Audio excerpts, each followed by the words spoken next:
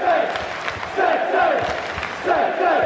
everybody, Jack here, TalkNorwichCity, back for another video. Hope you guys are all doing fantastically well. I just wanted to thank you before we start anything with the support on the channel recently. We haven't had much football going on, which means we haven't had too many videos to put out, but the last few weeks with the tier videos and the podcast with Ben Bloom, you've supported brilliantly. We've got a load of new subscribers on the channel. We're past 18,000, which is higher than Ipswich Town's average attendance in the 18-19 season, which is a nice little thing that we've got going on. If you are watching the channel and you're not subscribed, I know a lot of you do watch the channel who aren't subscribed, then please do.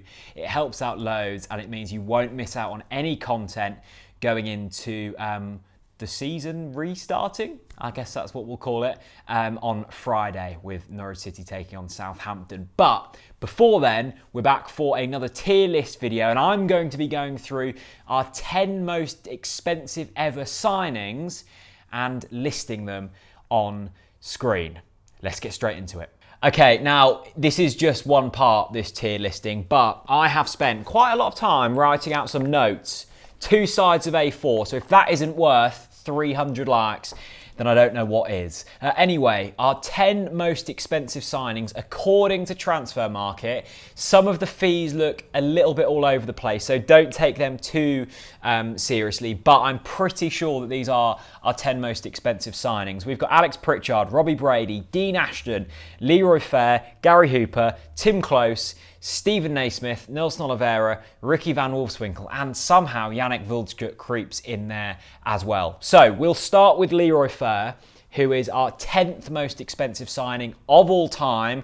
We signed him in 2013-14 from FC Twente. He went on to make 33 appearances for us and scored 4 goals. I can remember, the one I remember most vividly is his goal away at West Brom. We always seem to win at West Brom when we go there. It's a pretty happy hunting ground for us. I was there in the away end with my friends, and yeah, it was a great day, that one. He cost us £4.95 million. I think he was probably expected to go on to do slightly better things than he did. We have got 4 categories in which we can rate our players. Massive flop is at the bottom. Meh, it's like, well, you know, it wasn't a flop, but a little bit better than that. We've got, yeah, go on then. It's kind of like, you're not going to rave about him, but it's like, yeah, go on then. I'll have him in the squad. And then elite level. Now, we only got 2 players in the icon category. This is the similar kind of category to that. Slightly different because we've got less players. But yeah, you've got to be good to be getting in that elite level. So we'll start then with Leroy Fer, who was our 10th most expensive signing of all time. And I'm going to put him in meh. Now, I don't think Fer was that bad. But he wasn't great, was he? £5 million back in 2013 was a fair chunk of money for us. I mean, all of these signings are a fair chunk of money for Norwich, considering our circumstances. I didn't think he was as bad as some made out. I don't think he was as good as what we thought he probably was going to be to get that £5 million transfer fee. But he's not on the bottom. He is going in meh. Next up, Nelson Oliveira, who cost us £5.3 million. And I think out of the top 10 players that we've got here, he made the joint second most amount of appearances. He made 70 appearances, scoring 20 goals.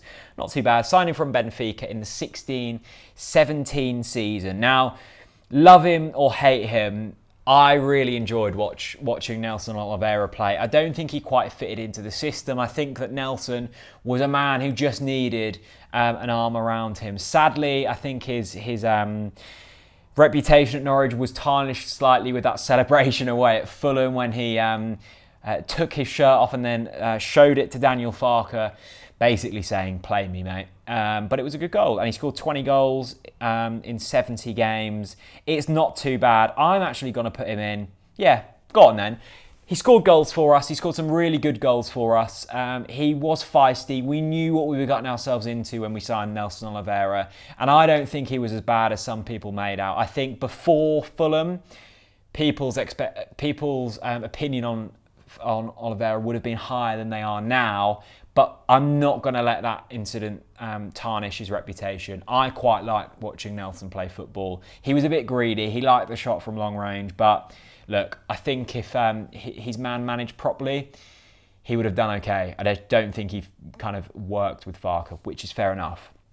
Now, next up, this is our oldest signing in terms of the signing that was made most long ago, and it's Dean Ashton. We paid £5.5 million, I think, for Dean Ashton. You never quite know with transfer fees, but I'm going off Transfer Market, which is a fairly reputable source. £5.5 million in the 2004-2005 season, 46 appearances, 18 goals. That's a decent ratio. I'm going to put Dean Ashton in the, go on then, level. Injuries really hampered Dean Ashton. I was lucky enough to speak to Dean on the TNC podcast. If you haven't watched that, then that's a really good episode. A lovely, lovely bloke. He was probably one of England's best strikers at that time. Knee issues and all kinds of injuries really hampered Dean, and it meant that he had to retire really young. But at that point, he was lethal in front of goal. I have watched countless games back from that period, and the goals that Dean Ashton scored were really good finishes. He was a brilliant player. If he would have, played a few more appearances for us, I think he was probably going to creep into that elite level, but he didn't make that 50 appearance mark. He scored 18 goals for us. He's going in the go on then. But, if the injuries weren't there, he would have probably gone elite level, top man. Up next is Gary Hooper, along with Nelson Oliveira, made 70 appearances and also scored 20 goals. So exactly the same statistics as Nelson. We signed him in the 2013-2014 season for a cost of £5.5 million. I really liked Gary Hooper. Again, a player who at Celtic, and I think he played at Scunthorpe before then, so many goals in that time, and I was dead excited when we got hold of Gary Hooper. Not the most physically demanding player. I think that's how I'd probably say it politely across the pitch, but worked hard, was well loved by Norwich fans. Again, goes in that, go on then, level. A really great striker who worked in a system, scored a lot of goals for us in that season, coming up from the Championship, wasn't it? I'm trying to think now. Yeah, from the Championship. Great player. Goes in the go on then. Alex Pritchard up next. Now, I'm pretty sure that Daniel Farkas was really angry when we let go of Alex Pritchard. I think that was one of the few players that there was a disagreement about between him and Stuart Webber. Farkas wanted to keep him. Stuart Webber wanted to release him or at least get the money for him. We paid £8 million for Alex Pritchard from Spurs in the 2016-2017 season. 43 appearances, 8 goals. I remember them goals against Brighton vividly. Again, nearly, I'd say in terms of Norwich standards, elite level, but because of the lack of appearances, he never quite got his runs going in the team. He was competing with Wes Hoolahan, wasn't he? And it was, there were games. Was it the Reading game when we beat them 7-1? There was just, so much creativity in that squad that we almost couldn't fit them all in, and it was slightly lopsided. But a really, really talented footballer. I think we actually ended up making a profit on Pritchard. I think we sold him for, was it £10 million or around that. Good business, solid player, didn't quite fit in the system, wasn't the best time for him to be at Norwich for Pritchard, but nonetheless a really talented player. Yannick is our 7th most expensive signing of all time, which is bonkers. £7 million is what's on Transfer Market. Now, I know that I don't think we ended up paying that full amount, but I'm just going off what Transfer Market said. I think it was around £4 million plus add-ons. We would have paid a decent sum for Yannick Vilska. It was very much a kind of not sure where to go kind of signing. Very much an impulse purchase. I actually quite liked him. I think that was one of the opinions which people disagree with me most about. I liked the way Yannick played. He was very direct. He scored that goal at Bramall Lane, which kind of formed the hatred between Norwich City and Sheffield United. But he was direct, he was exciting.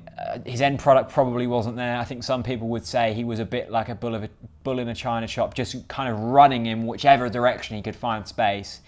For that reason, I'm going to put Yannick in the meh category. I think it was harsh to criticise him too much. With all players that come with big transfer fees, they didn't pick the transfer fee. They come as the player that they are.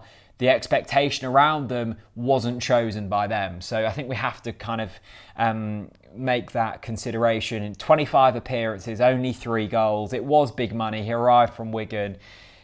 I don't think it was his fault that it didn't work out for him at Norwich City. So that's the reason why I'm not putting him in that bottom category of massive flop. Up next, Robbie Brady, who we signed for £9 million. I think it was a bit less than that, but again, I'm only going off transfer market.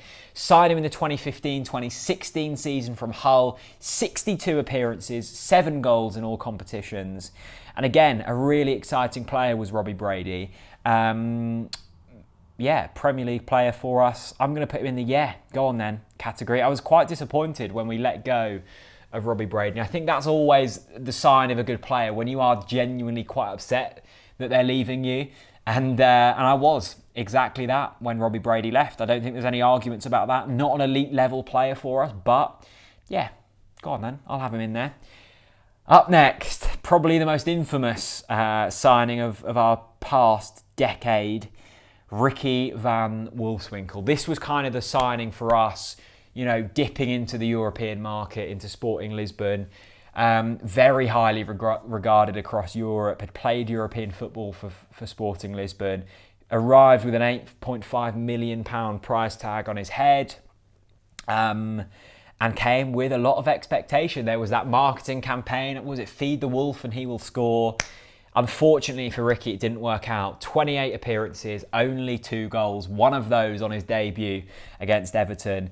Sadly, and it does sadden me to do this, he is going to go in the massive flop category, because for that amount of money, this was the period where we got into the Premier League. We were trying to spend big to keep us in the Premier League.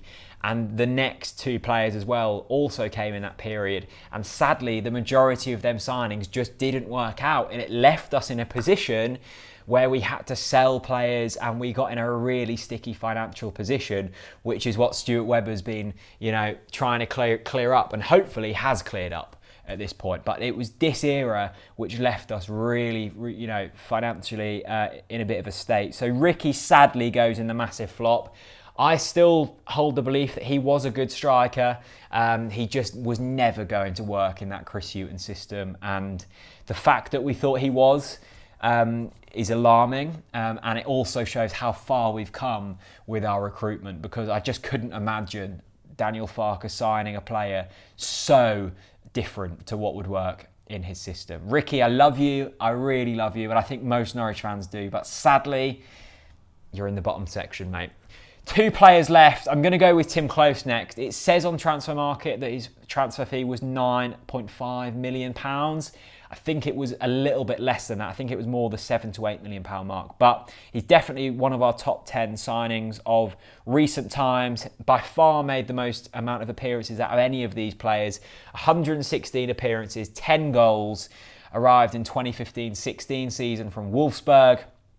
And Timmy is actually going to be my only player that makes it into that elite level category. I think that Timmy epitomises what it is to be a Norwich player. Universally loved across the board with all fans, loved by the players and staff, has stuck with us through thick and thin, has scored some very memorable goals, none more so than that wonderful last-minute equaliser against Ipswich Town. Timmy, with his lovely nose, on the piss, from dis, makes it into the elite level category because, well, he's loved and I love him. Good old Timmy goes in there. Last player and our record signing of the previous, in our history. A certain Mr. Naismith, Stephen Naismith, arrived from Everton in the 2015-2016 season along with Tim Close, who I've just spoken about. 48 appearances, 8 goals, which cost around about £1 million a goal. Actually, a bit more than £1 million a goal. When you put it like that, that's not good value, considering we've got Timu Pukki, who is banging in the goals, well over 50, I think. More than 50 goals? Yeah, something like that. And he was free. So it doesn't look good for Stephen Naismith. Look, again, players come with that expectation of their price tag. They didn't pick their price tag, but Steven Naismith was very highly rated at Everton, had played in a striker role just behind the striker, scored on his debut against Liverpool, and it was a lovely goal as well in that very famous defeat to them. Sadly, Mr. Naismith will be joining Mr. Van Wolfswinkel in that bottom tier as massive flop. Again, a signing that was massive for Norwich City. We threw everything at Steven Naismith and it crippled us in the years to come. It didn't work out. We were hoping that his goals would lead us to Premier League survival. It didn't. We got relegated. He scored a couple in the Championship. Then we couldn't get him off the books. It cost us so much money. As with all of these transfer fees, you can't forget the wages on top of them as well. Steven Naismith would have been on big bucks. Tim Close has been on big bucks. All of these players also come with big wages as well, which probably cost nearly as much as the transfer fees in some cases. So Steven Naismith, out of all of them, was by far our worst signing, both on and off the pitch. Goes in the massive flop section next to Van Wolfswinkel. So they are the 10 most expensive signings of Norwich City's history. I'd love to know your thoughts. Let me know in the comments section down below. I'm sure there's going to be a few people that disagree with me. I'm sure there's going to be a few people that agree with me. Leave a like. Let's try and get to 300 likes. And this week, football returns, people. Yes, Norwich are back in action on Friday. We'll have previews. We'll have reviews. We are back in the groove and I can't wait for it. Thank you so much for watching. I'll see you very soon. Bye-bye.